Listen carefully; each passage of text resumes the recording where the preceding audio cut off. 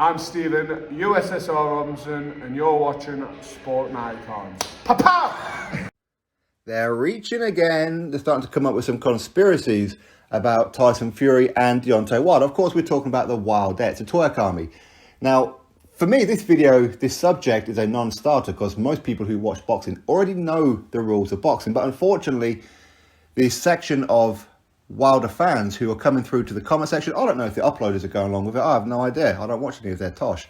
But the new narrative now is that the referee took too long to count Tyson Fury. Okay, they're saying how it took the referee 15 seconds to count Tyson Fury. Now, for those of you who watch boxing, you don't need me to say any of this because you already know.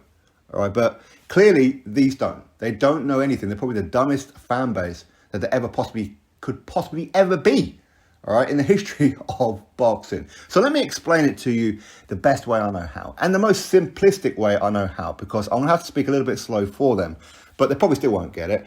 Now, firstly, a referee's count is a referee's count, okay? Meaning, it's not a 10-second count. That's not how it works, okay? I don't know why it doesn't work that way, but it doesn't work that way.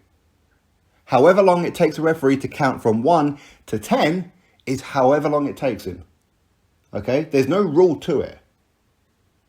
So there's the first one. So anybody who's saying that by the time Fury got knocked to the canvas and then stood back up again, 15 seconds had passed.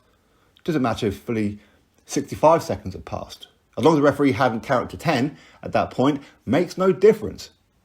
The second point, which is, again, quite an obvious one, when Fury went down, the referee was fighting with Wilder to get him to the neutral corner. How many times has Wilder knocked down opponents? Okay, a lot of them have been complete bin men, all right? But still, he's knocked down enough opponents to know what corner to go to, the neutral corner.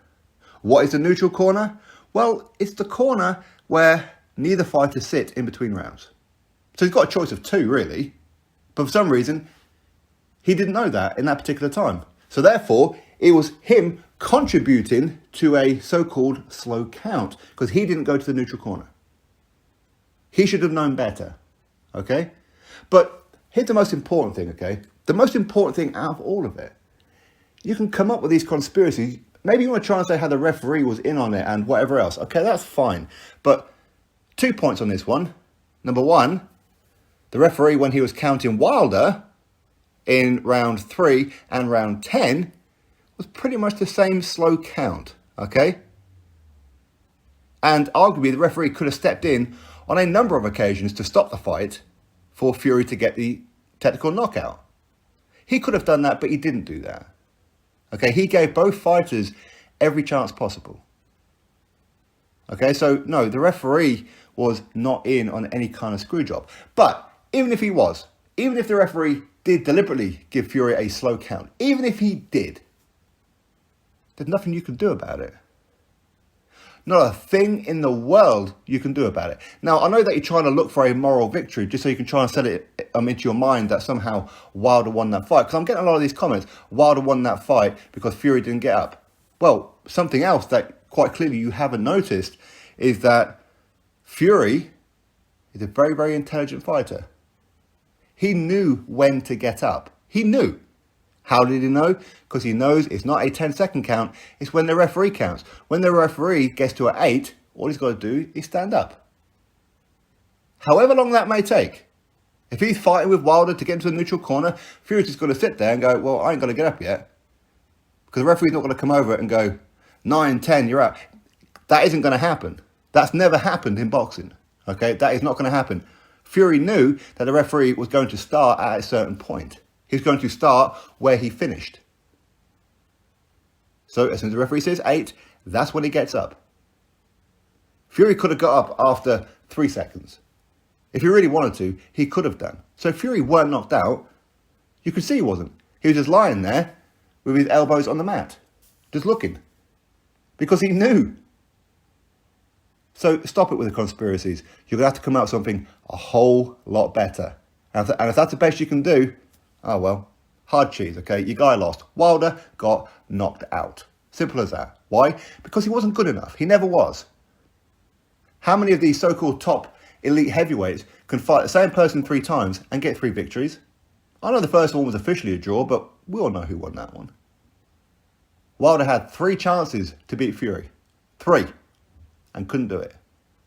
Move on. Your guy lost. He put on a valiant performance. He showed a lot of heart. A lot of grit.